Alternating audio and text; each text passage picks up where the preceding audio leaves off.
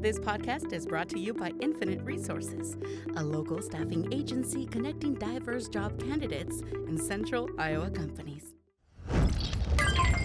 And we're back. We have with us today my really good friend, Kathleen Serino, which happens to be a cheese connoisseur, a barely new friend, but it feels like we've been friends forever. Yes. She also happens to be the mom of a cute 5-year-old named Miss Trudy, which happens to be also one of the most fun human beings I have ever met. Oh, thanks. So I thought that because it's the end of the year and a little bit before Christmas, we could talk about cheese and have some wine and just have a fun podcast. And she can tell us all about cheese and how to put a cheeseburger together.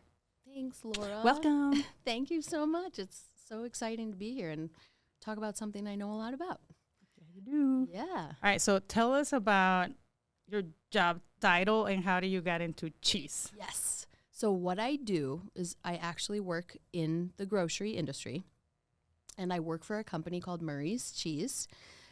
Yes. They are a New York-based company, but we actually have cheese shops all across the country in 35 states now.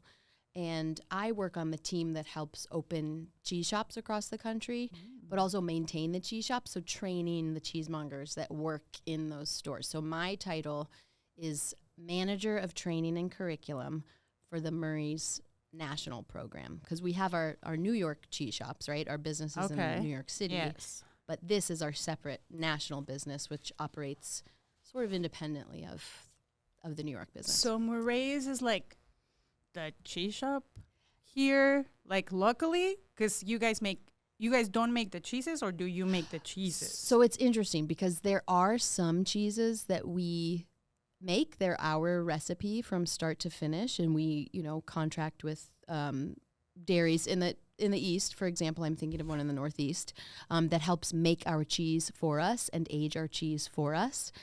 So we do have cheeses that we make. We also age cheeses as well. So perhaps we age very young cheeses made by other cheesemakers. So they send them to Murray's when they're very young or in their green, baby state, like not fully ripened cheese yet. And we age them in our caves. We have aging caves as well. So we make cheese. Yes, we age cheese. But we also have, brick and mortar flagship cheese shops in New York. So the one, the main one that opened is in New York City in Bleecker Street in the Village. And we do a lot of different things, but we also were able to merge with Kroger. So I love Kroger. Yes, the grocery retailer, the big one, and that's how we're able to have over 1,000. I think we're at last I heard was 1,175, but I could be wrong on that. We're over 1,100 cheese shops across the country now. Okay, so cheese caves is like those caves you go when you go to like fancy winery and they take you down, similar, like that. Yeah, because cheese needs like an environment to ripen, like in aged cheese, right? If we're not, you could be making fresh cheese, right? Like ricotta, for example, or something very fresh and young. When it's that fresh, it does not need an environment to ripen further, right? It's pretty much ready to go as soon as it's made. You eat it. You eat it. But cheeses like these, which I'm actually going to open some of them now. Go for it. Start. It'll be fun if you hear some background noise in the... Yeah, what's it called? ASMR? ASMR, yes, ASMR? Exactly. But there's aged cheeses out there in the world which need some time to ripen. They need some time to mature. They're not perfectly delicious right as soon as the wheels are formed, and they need a little bit more time. So we, and there's a lot of aging facilities out there in the world, but in Murray's, we have 4 different caves that are set to very different temperatures and humidity. None of the cheeses that we're tasting today are aged in the Murray's caves. These are just other cheeses that I wanted to bring. Very humble cheeses. But hopefully we can learn about cheese today, and you'll all feel really excited about your cheese shopping journeys when you're shopping for the holidays. And this is a great time of year to be eating cheese. Yeah. Where did you get these 3 cheeses that we're going to taste? So these are actually from the grocery store. Okay, which Yeah. grocery store? Yeah, you're gonna So it locally, because we do not have Kroger in where we are in Des Moines. Des Moines, Iowa. We got these from Hy-Vee. So Okay, these were able that's to, great. but I think that the reason why I thought about this, about tasting these cheeses, they're pre-packed cheeses, right? They're Okay. cheeses that you can just go to most of your local grocery stores, wherever you're shopping, and hopefully they have a selection of cheese Yeah. that you can feel a little bit more confident in, getting excited about. Right, yeah. And these are from there. So we have 3 cheeses. We have a fresh or a lightly aged double cream brie, so Okay. domestically Love. produced. We have an aged traditional Gouda from the Netherlands, and then we have a Danish blue cheese. So they're all made with cow's milk. We have some fig jam as well. So they're all aged with cow's milk, and they're all really fun to put out, eat. You can make them into something else. You can, use them for seasoning, all of that fun stuff. But I forget where we were going with the caves. Well, because that's what you do. But let's go back to, so all Murray's isn't New York. So when you lived in New York, is that how you started to get into cheese? No. So No? I had a restaurant and hospitality background, and I used to live in Iowa before where I currently live. We moved back to Iowa. Mm-hmm. And these are really spicy, by the way. Be careful. Okay. These are not from Hy-Vee. These are special. What are those things? These are something new that we're going to be selling in our cheese shops coming soon. They look like peas and chickpeas, though. Our cheese shops in Kroger. Okay. They're kind of like mozzarella. Oh. They're like a smoked. They're similar to mozzarella, but they're a little bit Okay. different. But anyway, I had a cheese background. I was working for, maybe you're familiar with New Pioneer. For our Iowa listeners, they might know New Pioneer Food Co-op in Iowa City and Coralville and Cedar Rapids. So I got a job working for the specialties department. So it was like beer, wine, and cheese. And I was like, oh God, this department is amazing. Like there's nowhere else I'd rather work. That like you can buy cheese or order cheese, cut cheese, serve cheese, sample cheese. And then you get to also, stock the beer case and like talk to people about beer and wine. It was really fun. Cool. So I had that background, and I just fell in love with cheese after that. Like I had been working in a restaurant, and one of my culinary mentors, who I'm going to send him this link when this podcast is done so he can listen to it and laugh. You're a shout out. I just watched all of these amazing foods that he was making at the restaurant where we work, and my now husband used to work. And I was always so impressed with everything that, it was very French inspired. So there was a lot of, delicious creamy cheese sauces. And there was this really cool book called The Cheese Lover's Companion that sat in the window pass between where the kitchen was and where we would grab the plates to go serve. And we would just look at that book every once in a while and read about cheese. And I was like, I had no idea that the world of cheese could be was so amazing and interesting and different and exciting. And then my husband and I ended up moving to New York to help a friend open his restaurant. Right. And before the restaurant was opened, I got a job working at a cheese counter for another company. And I was just working at that cheese counter for a couple years, and it was Cheese counter, just like serving cheese. Just selling cheese, cutting, love it. cutting cheese to order. It was in Manhattan, so it was very busy cheese shop, and a lot of really good Italian cheeses. And I just learned so much about cheese, and ended up becoming the cheesemonger at this restaurant that we opened. Yeah, so that we helped open. That's awesome. Yeah, so that was really kind of like my cheese background, and I had Trudy, who's 5 now. 5 now. And as soon as we had her, I was like, I think I need to get another job. I was like, That wasn't the restaurant. Yeah, I was like, this is hard to be a parent and, do this life. Right. And I would take the 7 train home. We lived in Queens. I'd take the 7 train home every day.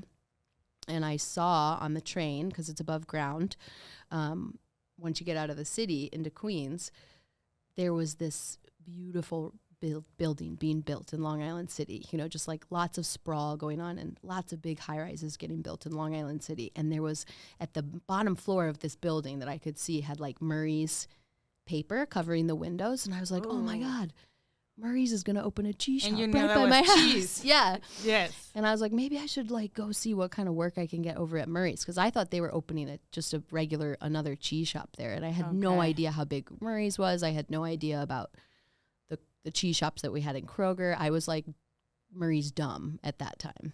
Right.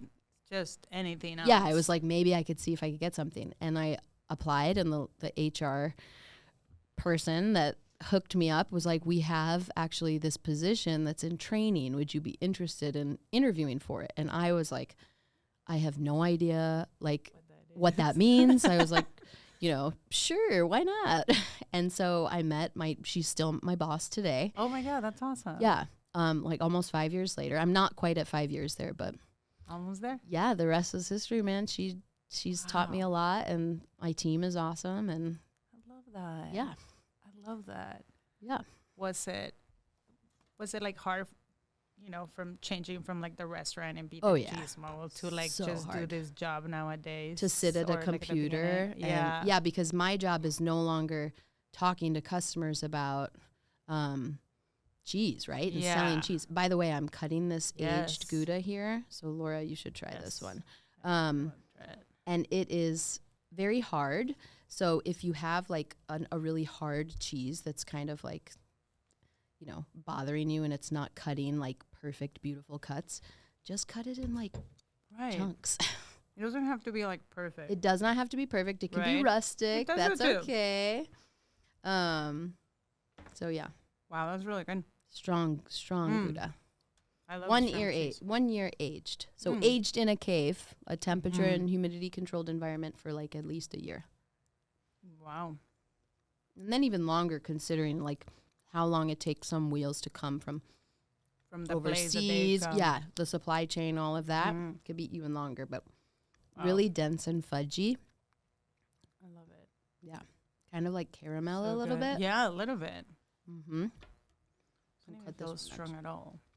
Good. I'm glad you don't think it's strong. Some people can I be love kind of like, cheese, period. And I love strong cheese as well. So, yeah. So tell me, but brie is definitely my favorite cheese. brie is your favorite. Okay, I was just about to ask, what is your favorite Yeah, texture? just because creamy. Anything creamy, I guess. This is a double. Ooh, it's perfect. Yes. This is Yeah. a really, really nicely ripened brie. Okay, so I was also like doing my homework, and you sent me a couple of articles Mm-hmm. about cheese. But as you've been quoted in some of this, and one was really interesting. Well, they were all really interesting, but like one was like, do you eat the rind of the cheese or not? Mm-hmm. That one was very interesting. Very interesting Do question. you eat it or not? It depends on the cheese. Okay. Yeah. So all cheese has a different sort of like rind, like an outer. Some cheeses don't even have rinds, right? Right.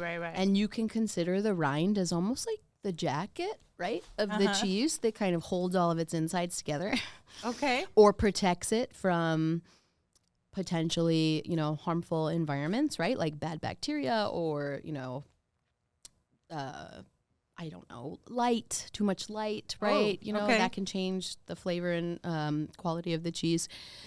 And so the rind is really there to protect the cheese. A lot of times the rind can be there for like beautiful aesthetic purposes too. Okay. But- Like the ones that look waxy.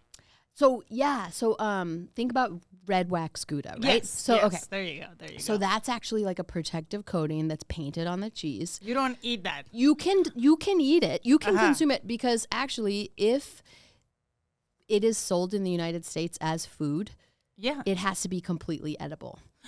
So we could not sell it in our country if it were not legally edible. So Edible. the wax, you could eat the wax. Think about manchego actually. The outside dark Yes. part of the manchego Yeah.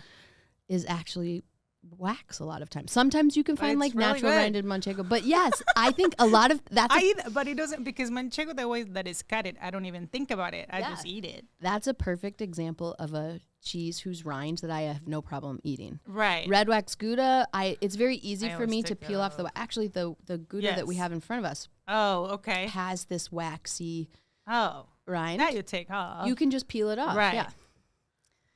But you could also eat it. I mean, you won't digest it, but yeah, you could actually like chew it and Okay. swallow it. Okay. But I think about like your brie. like that. So we have this like Yes. little small format. It's a small double cream brie. So it's like Right. the perfect size for like a party. Right. I don't think brie is as delicious without eating the rind. I think No. it's like so much better with the rind because it adds that earthy flavor that you get this buttery kind of grassy. It's like almost like grassy butter in the center of the cheese, but the outside is really where that exciting flavor can come from in a lot of brie. I do have noticed that a lot of people take it off. Yeah, and or that's they just okay. like kind of like spoon it out, And that's okay. which is fine. Sometimes they just want that in their cracker or their bread. Yeah, we That makes always also say in Murray's, choose your own adventure. Mm. So if you don't like, nobody's gonna judge you or tell you you're doing it wrong. Like I don't think there's It's not like that wine world where everybody does feel very stuffy and Yeah. judgy. the rules, right? Right. I don't think cheese is as stuffy or judgmental. I think it's a very kind of just have fun and eat it, and if you like it, great. But I think the rind, the people that don't like rind, would probably find a soft cheese out there with a rind that they do find pleasurable. But the trick is to kind of ask your local cheesemonger, right? Like maybe there's a cheese shop near you where you like to go, or maybe there's a grocery store that has a great cheese counter, and you can just ask the person working there what what they recommend and tell them what What you if like. somebody goes to Trader Joe's? Because honestly, Yeah. Trader Joe's has some amazing cheese. They do. It's very affordable. Mm-hmm. You can throw a whole like charcuterie party, under $100. Mm-hmm. But they're not very good at answering questions because they're busy all the time. True. So is there like a place on the internet that someone can go and like Google Yeah. that stuff up? Well, I think like an easy thing to do if you're just shopping by yourself and you're shopping like a pre-packed case, which is exactly what you're describing. It's not like a place that has bulk cheese and a cheese counter Right. where there's somebody like actively cutting cheese Yes. for sale for their case. And you can just kind of pick up the cheese, touch the cheese. I don't know, check the sell by dates. You can look at the ingredients list if you're a person that looks at labels. And I think like the best way to make a nice cheese plate, maybe, which is what you're kind of describing, is to get cheeses that vary in a couple different things. I think varying textures in cheese are a really kind of fun way to make variety on your cheese plate. Okay.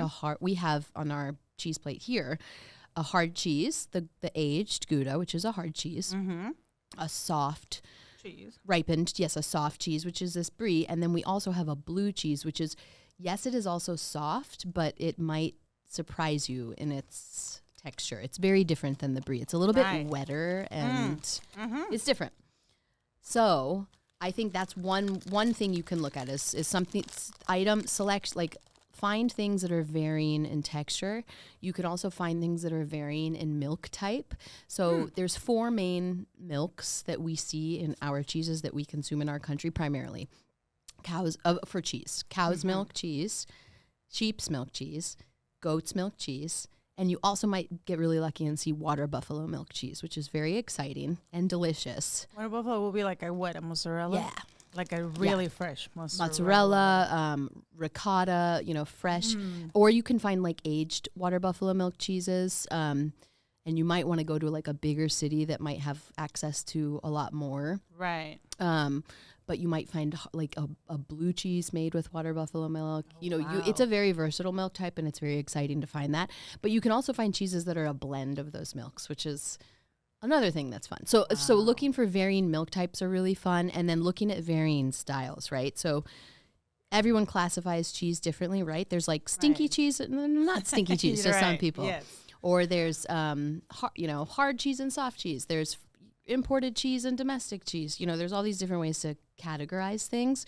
And I think one fun way to put variety on your plate is to find cheeses from different countries, because that can make it really fun too. Right. Yeah. I agree. Yeah. So you trust your judgment, right? Like when you're shopping at your pre-packed store and you're like, I don't know what to pick, but I know I want cheese. Right. If you're lucky enough to find someone walking by that works there, I would try to bend their ear for a minute and ask them, like, what do you love? Like, what should I not miss? I mean, I also just realized right now that, like, I mean, really, if you want to start trying cheese, a good place will be the cheese shop. Because, first of all, you can try stuff. They're so nice. Oh, yes. They're so very nice, so very lovely. Yes. They're always open to answer your questions and They give are. you taste. Yeah. But you can take home like a little cheese board. Yes.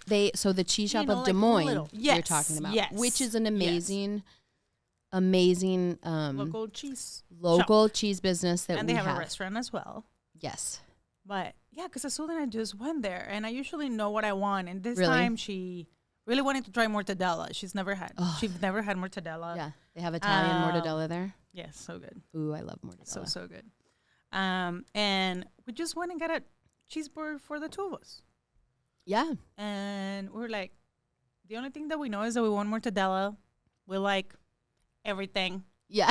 And he's like, okay, let's do a cheeseburger for two. Yeah. And voila, that was it. But also we had cheese for like to share the next day. Oh, yeah. You can eat cheese as a whole meal if you really. Like that's all we ate all day. Yeah. We also got a baguette from Lamy, but like. Oh, yeah. That's like, a perfect meal, though. And I was like, and it wasn't. I mean, it was pretty affordable. I mean, it was like a thing that I was like, yes, it was like a fancy treat, obviously for the holidays, but it wasn't crazy for someone that wants to try a little bit and doesn't want to buy a huge block of cheese. Yeah, right. Because equally at Trader Joe's, you can ramp up the money really Oh, fast. sure. Because weight or where it comes Sure. from, it can be very pricey. So maybe the cheeseburger is the cheese shop. The cheese might shop be is a great. I think there's a lot of people have a lot of like apprehension when it comes to cheese because they don't know how to pronounce it right. It's smelly.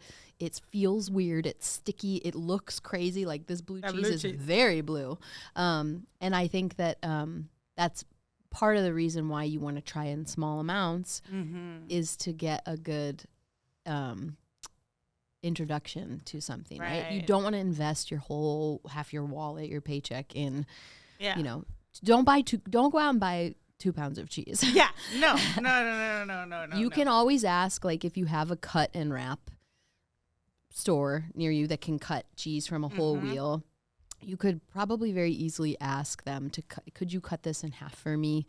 Or can I have a taste of this before you go and jump in and purchase it? Because we don't want you to come home with something that you don't like. No cheesemonger wants that. Yes.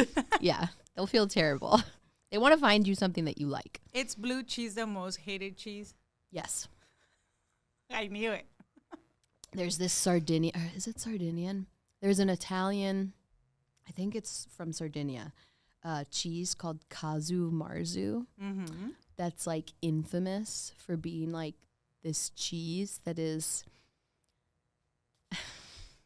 Tell me all about it. Basically, like fermented to the point where maggots like thrive inside the cheese. Is that a blue cheese? No, but I think it has the vibes of a blue cheese. I've never tried it. I've only heard tale of it. I would try it if I had enough delicious wine like what we have today. Like after you drink around like 2 us, bottles. Yeah. By yourself. But it has a very strong taste, and it's one of those like prized delicacies in the region, but it is a straight up cheese with maggots in it. But like so many people treasure it for being this like supreme kind of delicacy that's like, oh, you've never had anything like this. But I mean, we do drink mezcal with a worm. With the worm in it, yeah. And we also eat crickets. Crickets, yeah. And they're delicious. Yeah. So maybe. Yeah. Well, I can until you try it, I guess. I guess if cheese is like, I'm sorry, no. Like dairy is like, to me is like, that's maybe when I like. Draw the line. Yeah. With bugs. Yeah. Yes, absolutely. And it is interesting, like if you ask a cheesemonger, like they may or may not bring up Casu Marzu as being one of those cheeses that's like, I will never try it. But most people, like the people of the world that don't think about cheese all the time, that are just like, hey, I need cheese, it's the holidays, would probably say blue cheese. Would probably say blue cheese as being like, I will never have blue cheese. But actually, let's try it. When I went home to my family for Thanksgiving. Where's your family from? They live in the suburbs of Chicago. Is that where you grew up? I went to high school there. I actually grew up in Orlando, Florida. When I was You told me that. for 10 Yeah, I years think I you lived told me there. that. But they're very classic I don't know, Irish Catholic, suburban Catholic school, church going people.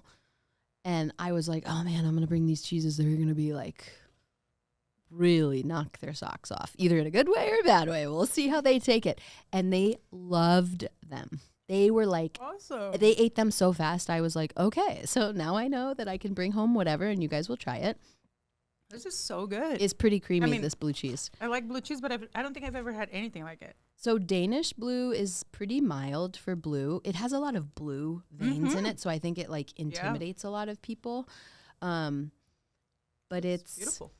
Kind of salty, very tangy. It's a very like blue cheese dressing blue cheese, like very kind of like a little bit sour, right? Like I'm smelling it and it smells almost like sour, salty milk kind of. But then you take a bite of it. I'm just going to lick the top of my cracker. I just like to taste the cheese, but it's pretty mellow. It's pretty sweet, actually. It's so good. It is. Mm-hmm. It like tickles the sides of your tongue a little bit. It's kind of like a little bit acidic, but then it finishes like a really clean, milky taste. Yeah, it's like no like weird aftertaste. Even like blue cheese dressing can give you like a little bit of a weird thing after. Yeah, because blue cheese dressing, I think most blue cheeses have that kind of fermented taste, and like you really want to have a palate that can tolerate that. And if that's not something that you do like, but you want to try it, then we have like a really nice fig jam in front of us today. But like a honey and blue cheese is really good. Chocolate and blue cheese is amazing. Never thought of that. So good. Like with this, like a dark chocolate or a medium kind of dark chocolate would be pretty nice with this. So I never think about like pairings. Like I'm pretty good at eating just cheese.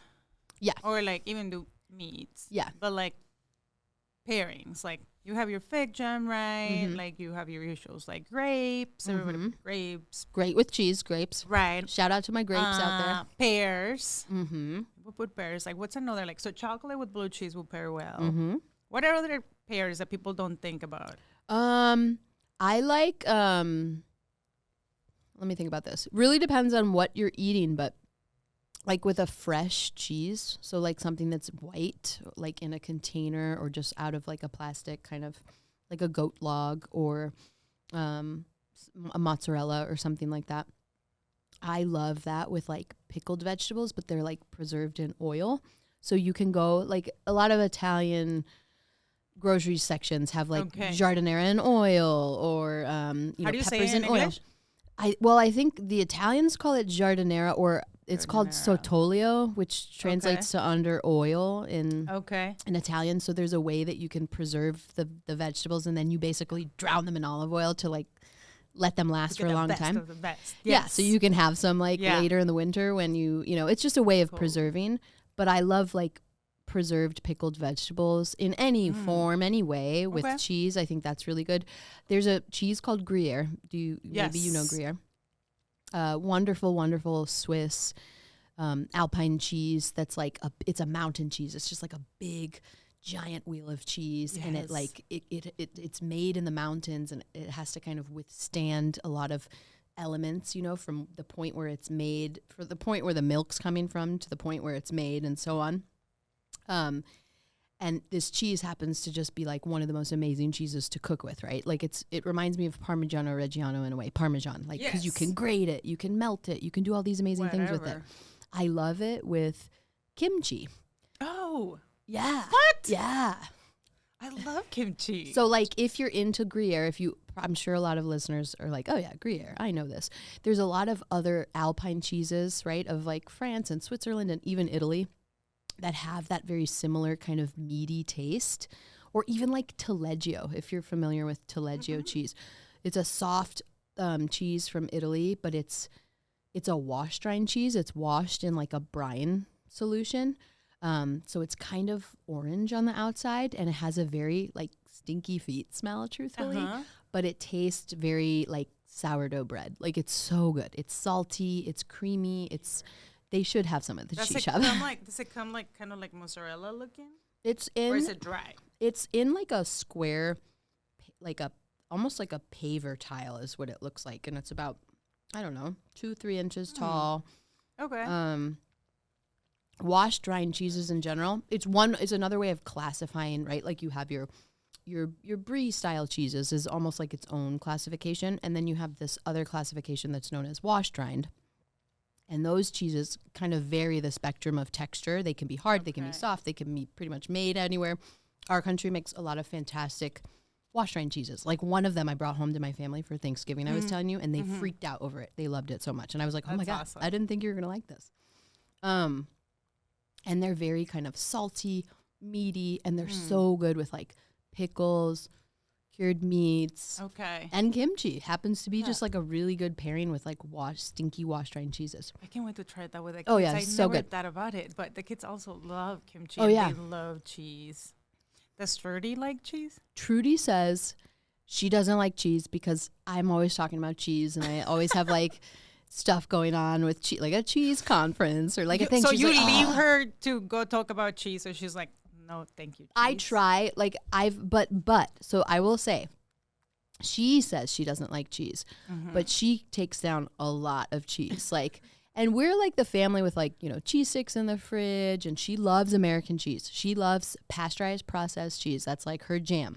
Yeah, shout out to all the singles lovers out there that just have to have like a single slice of American cheese, because I love that too. I can eat that anymore, but I was just explaining to a few girlfriends on Sunday. Wait, I don't even know how we started talking about gross things that we used to eat, and I was like, literally just grab like a cold hot dog from the fridge. Yeah.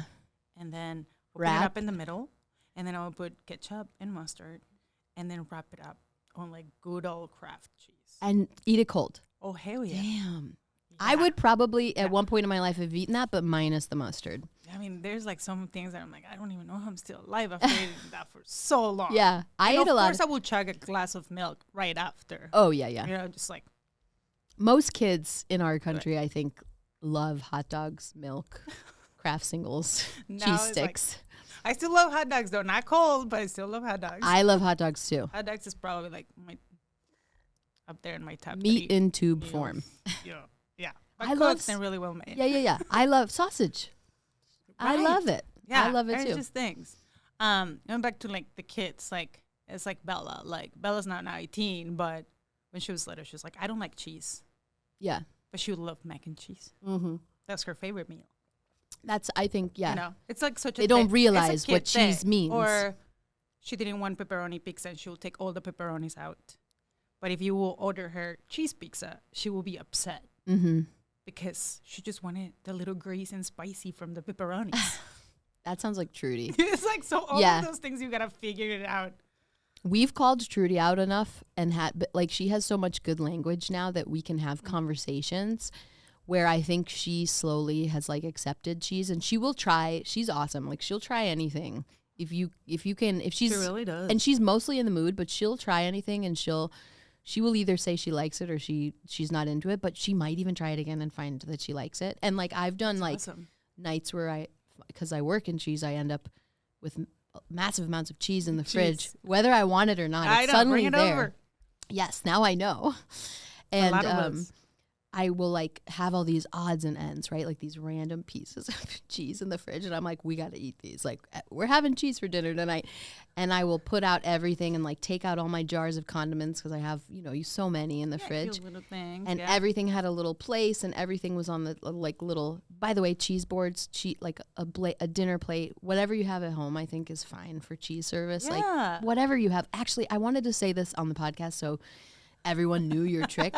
But I went to Laura's house. Their family was having this lovely like dinner, and they had a cheese table set out when you walk in, and it was on parchment paper. It was just like I did that. I forgot. Yeah, a sheet of parchment paper. Yes, and you had all these cheeses out, and like everything just had like a little pile of nuts and a little container of jam, and like I just like brought a piece of cheese and I slapped the wheel on the table. I was like, done.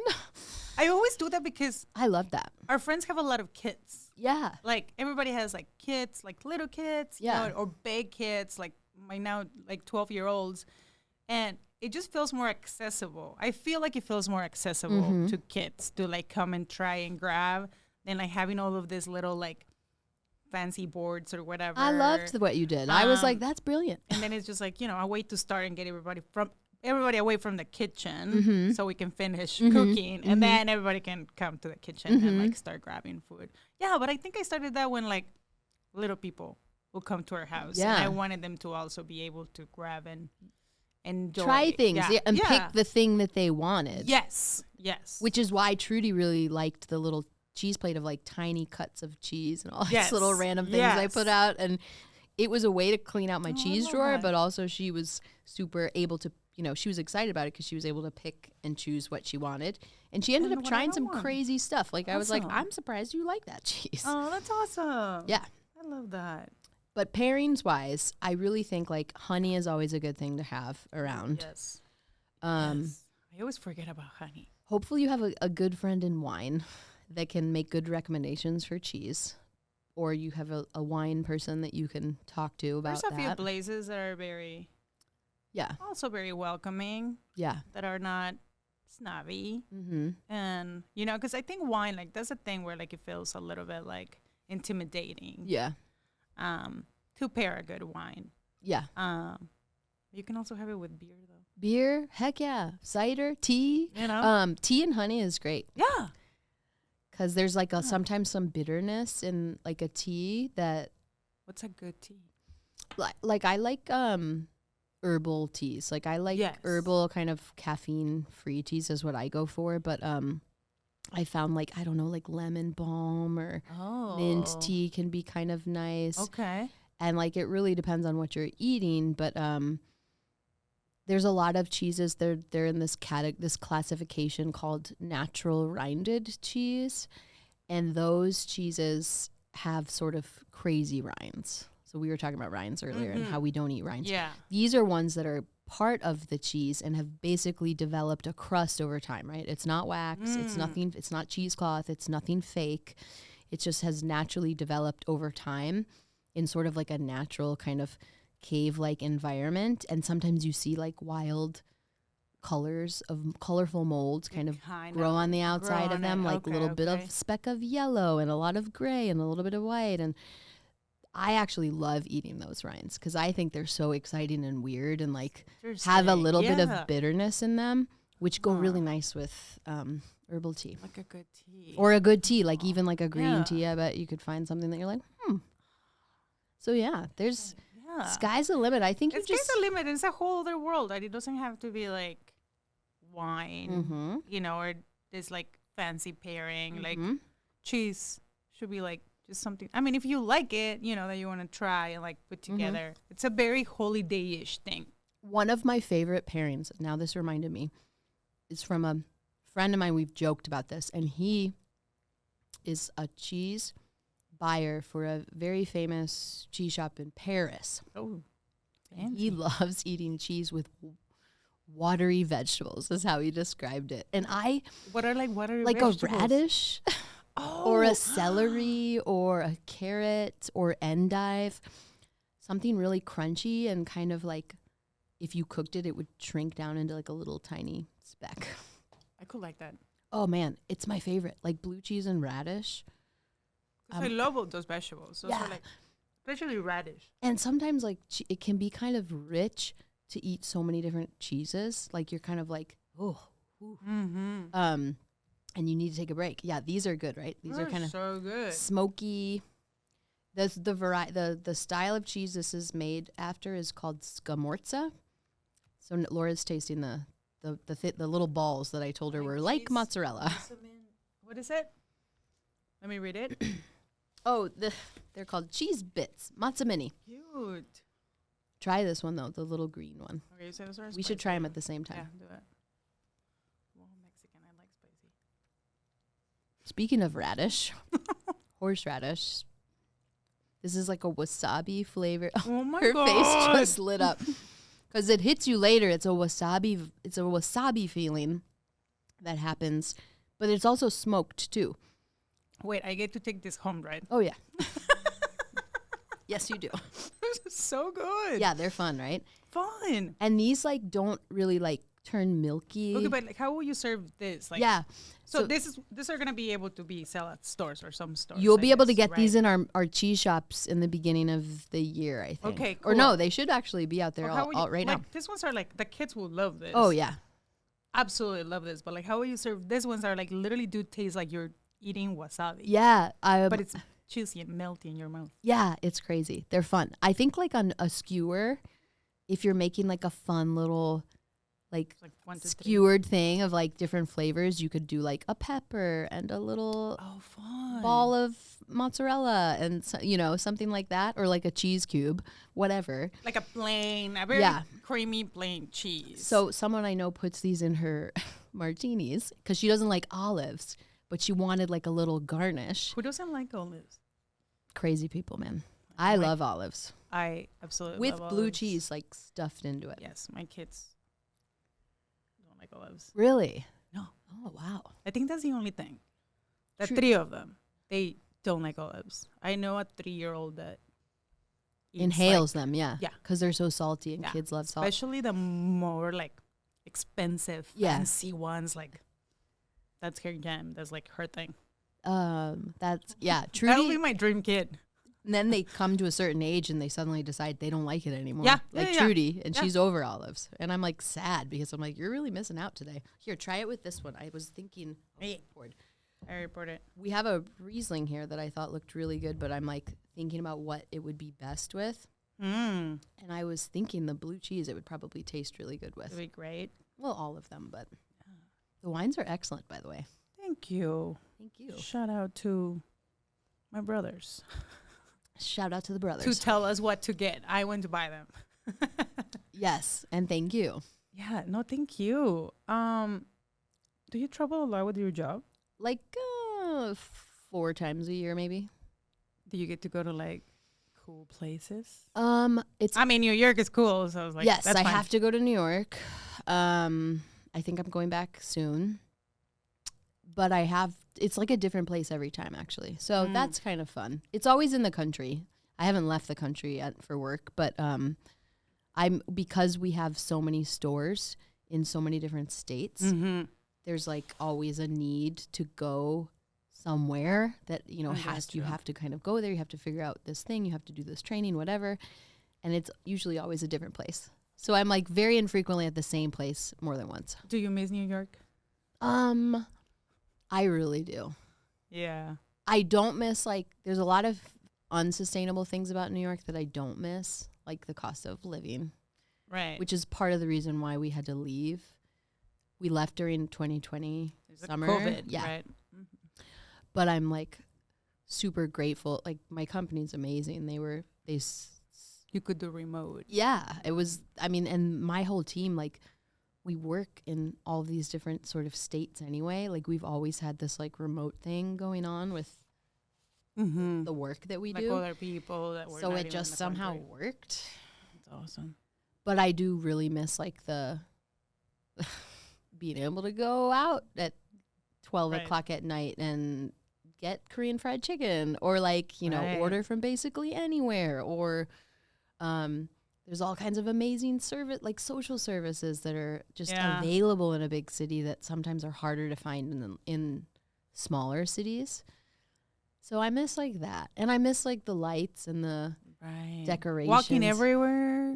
I miss walking. I really Walking miss everywhere. walking. When you walk in here, people are like, "What's wrong with her? Yeah. Like, why are they walking? Did their Yeah. car broke down Yeah. or something like that?" It's always so weird. Also, it's like feels like there's so much diversity Yeah. everywhere you go in New York. Very diverse. Yeah. I miss the people. That's very refreshing. Oh yeah, I miss the people for sure. And I lived it was such an interesting, so the borough of Queens, I have read, maybe this is different now, is like one of the most diverse counties in the country, if not the world, because of it's like a melting pot type of very working class borough with all kinds of people living there. And like my neighborhood where I lived, it was so interesting. It was like really represented by all kind of cultures, but like interestingly enough, it seemed mostly like to my immediate eye, it was like either mostly very Irish and very Bengali, like lots of people from Bangladesh and Ireland, just everywhere all the I time. love that. And then we were there, and it was funny. I just took Azul for the first time, or it's my first time ever in New York, and Yeah. equally Azul's in February of this year. And I've never spoke more Spanish. Nice. Oh, yeah. I mean, I spoke a lot of Spanish on a trip to Miami, but like I was so highly surprised. Yeah. And like the month of people that were like, you know, from our Uber driver to like, Oh, yeah. you know, the guy in the restaurant, and everybody's like, so, or the guy at the bodega, like, where are you from? Yeah. You know, and like all these things that were like, end up being more a trip. It was supposed to be like a fashion trip, you know, for my fashion girl, and end up being more like a connect with your roots trip Oh, yeah. kind of thing. When you guys were working at the restaurant, you guys got to leave the country to do like trips for the restaurant, right? We went on one. Uh-huh. And then, so that's where you learn all about cheese, or like, it's just to go get ideas or something? Research and development and bonding. Cool. Where do you guys go? Well, we didn't I mean, go to I a only know Spanish-speaking country. Well, we did. Actually, I'm lying. We went to Spain briefly. Oh. We went to we flew to Spain, and we drove to France and northern Italy, and then back to Spain. This is before Trudy. Before Trudy, before being a mom. Yeah. Yeah. Like we talk actually about where we will want to take Trudy. Yeah. I definitely want to take her to a Spanish-speaking country. Yeah, she'll probably love that. Oh, for sure. Yeah. I like. We have a list. It's like probably the most realistic. I think is like Mexico, because it's like we could probably drive and make that happen and do we that can go together. Yeah. But also Japan. I think she'd really like Oh Japan. my God, the kids are dying. They want to go? Japan. That's like, yeah, mine is Cuba. Oh, that would To be get amazing. some, legal documentation, but Okay. like it's. So wait, how would Japan. you wait? That's I interesting. don't know. It's like, so I had an ESL teacher. Mm-hmm. You know, English as a second language. Yep. When I was in high school, and she was so fun. She was so interesting, and she, like, literally just, you know, it's like, I went to Cuba, and we're like, how do you get to Cuba? She's like, Yeah. oh, I went to Mexico, and then like, you know, did this, and then she's like, she's on my friend's Facebook. Yeah. And she's been to Cuba so many times after that. So now that's like you're So, like I gotta go there there. is, like, there's a way. Yeah. I mean, I'm here. There's a way. Oh yeah. For a lot of things, but I always find it very interesting. But no, I want to go home first, obviously. Yes. And then Guatemala's after that. Okay. Yeah. For obvious reasons. Yeah, for obvious reasons. Yeah, and then do other places but yeah, my kids are definitely Japan. Yeah. Europe is at the end of my list. Europe used to be at the first of my list when I was like a teenager, and I dreamed about Paris and stuff like that. And now like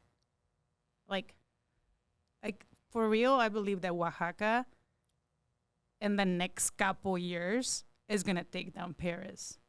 It already is the way that tourism is. Damn. It's such a beautiful, I've never been. Mm-hmm. I've never been, and I've been here for 20 years. But it's already like people. There's already tours. There's already like just craziness. Like the next place that people are gonna go, it's gonna be Oaxaca before it's Paris. So Yeah. like I cannot be the person that goes to Paris first before goes back home and Yeah. and he goes back to the country and sees like all these beautiful little places. Oh, So yeah. definitely dying to go to Oaxaca for sure. Yeah. I think too, just because of my work, like being in the restaurant industry and like the food service industry, I have often found myself working shoulder to shoulder with Spanish speakers, and most of them are Mexican. That's Like the same in the once you- wine industry. Really? Yes. When I went to Napa, and nothing fancy, I just went to Napa because my brother used to live in Napa because he was, in the wine industry. But then you would go to all these fancy wineries Yeah. and everybody working in the back or even picking up Oh, grapes. yeah. From picking up grapes to bottling Oh yeah. wine Picking for sure. to being the harvest. everything.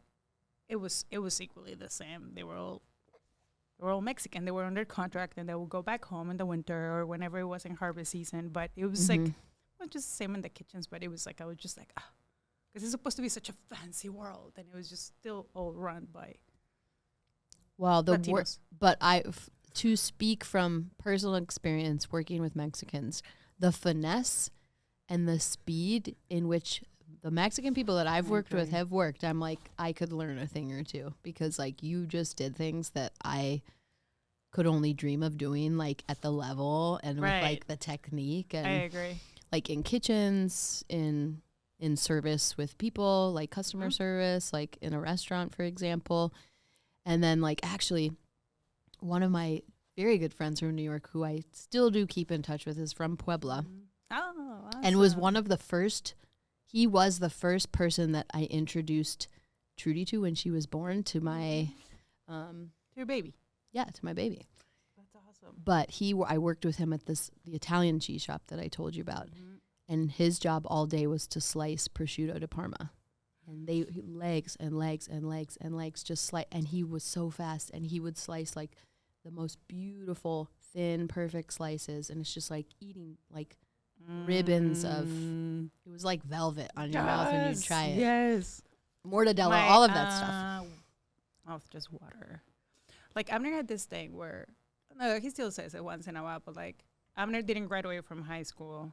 He ended up getting his GED later on, but everybody that was in the staffing industry used to have all these big degrees, right? Sure. And he didn't. I love that. He just ran into Get some. what this is now, how he makes a living.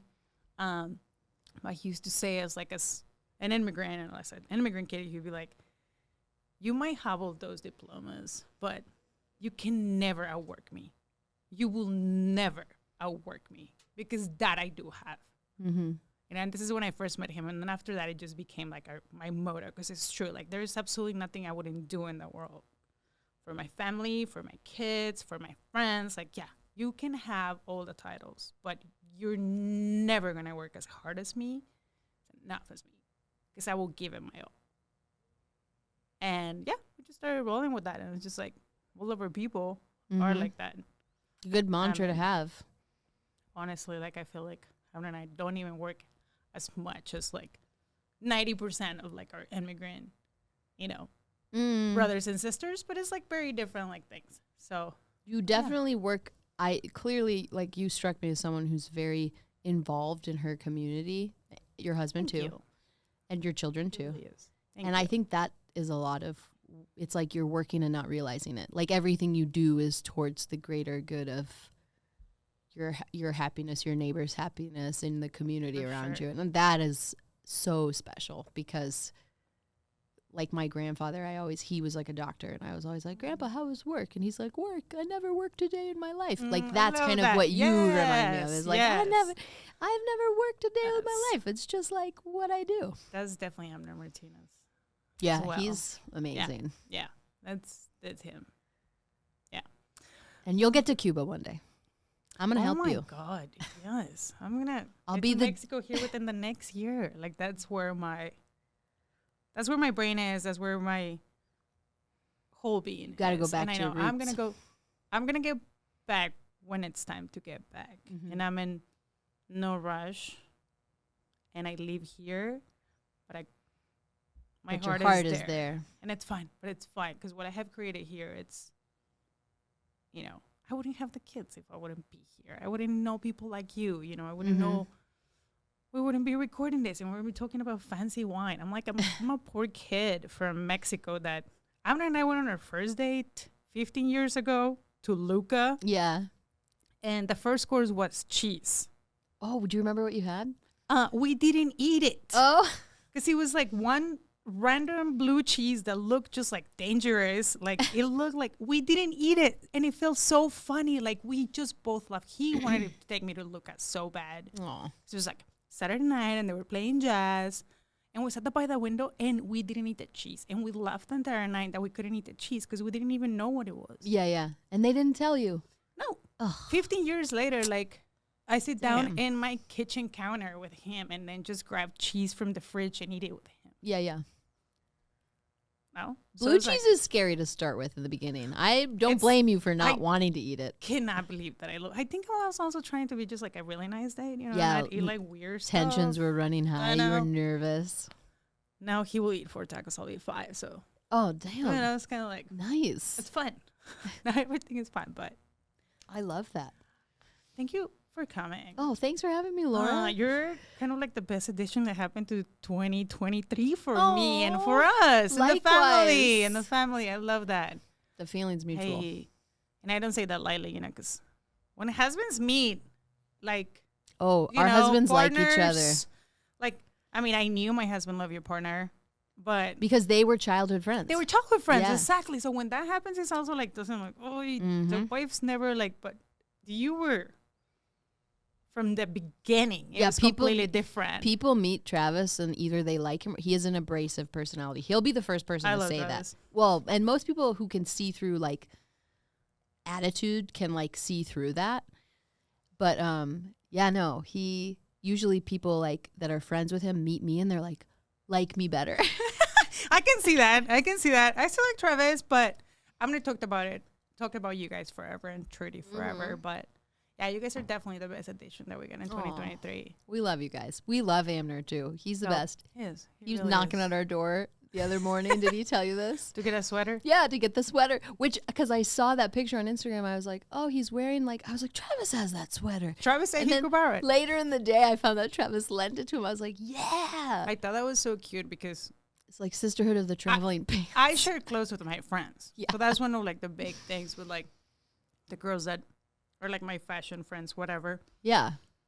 It's always like, why would you buy something if you can just come to my closet? And vice yes. versa, right? So we do have a few things that There's we just keep passing around. I love that. And I was like, I'm going to go borrow a sweater from Travis. And I was like, that is so cute. I was like, stop it. That is not cute. I'm like, that is so cute. It is so cute. And like, Travis, and I love that. his attitude was the same way. He's like, he was so Amner was proud. like, can I borrow this? And I was like, yeah. But there's very few people that he's ever done this with, and those people are his closest friends. So. Oh, I know. I love that for them. Yeah. I love that for Amner, honestly, to be able to reconnect with him. And Oh, hell yeah. Perry dudes. yeah, they're better people. I love them. Well, thank you for coming. Thank you for having me. This was awesome. Of course. Maybe we can link a couple of cheeses. We'll take a few pictures and I'll send them to Courtney, and then we can see. Yeah, I'll just Link give up you the like high B. really basic, like, Yeah. this sounds like is a the good type idea. of cheese that you need to ask for. All the articles that you sent me were great, so we'll link those in Oh. the bio. They were so great, and Thank you're you. quoting all of them. That was so cute too. Yeah. I love it. I I love know. seeing that. Fun times Yeah. being Cheese interviewed is about awesome. cheese. Yeah, you can put my Do it. email if people have cheese questions. Oh, Do you're that. so kind. That would be awesome. Yeah. Okay, we can do that. Thank you, Kathleen. Thank you, Laura. Merry Christmas. Merry Christmas, everyone. Thank you, guys. Merry Christmas. Last episode of the year. See you next year.